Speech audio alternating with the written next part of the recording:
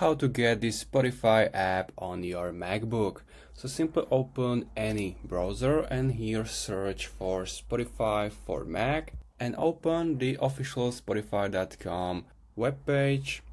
And next step is to download Spotify and then we will proceed the installation. So download it, simply save it and wait until it's downloaded.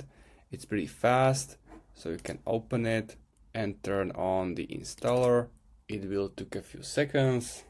Now it's downloaded and you can simply log into your Spotify account. So simply you can scan code to log in or just log in. And I'm gonna continue with my Google account. And now I'm in my Spotify app on my MacBook. Now make sure in your dock, right click, go to options and click keep in dock. So if you close it or if you quit this application, it will stay here. So that's how you can do it. If you find this video helpful, please consider subscribing and see you next time.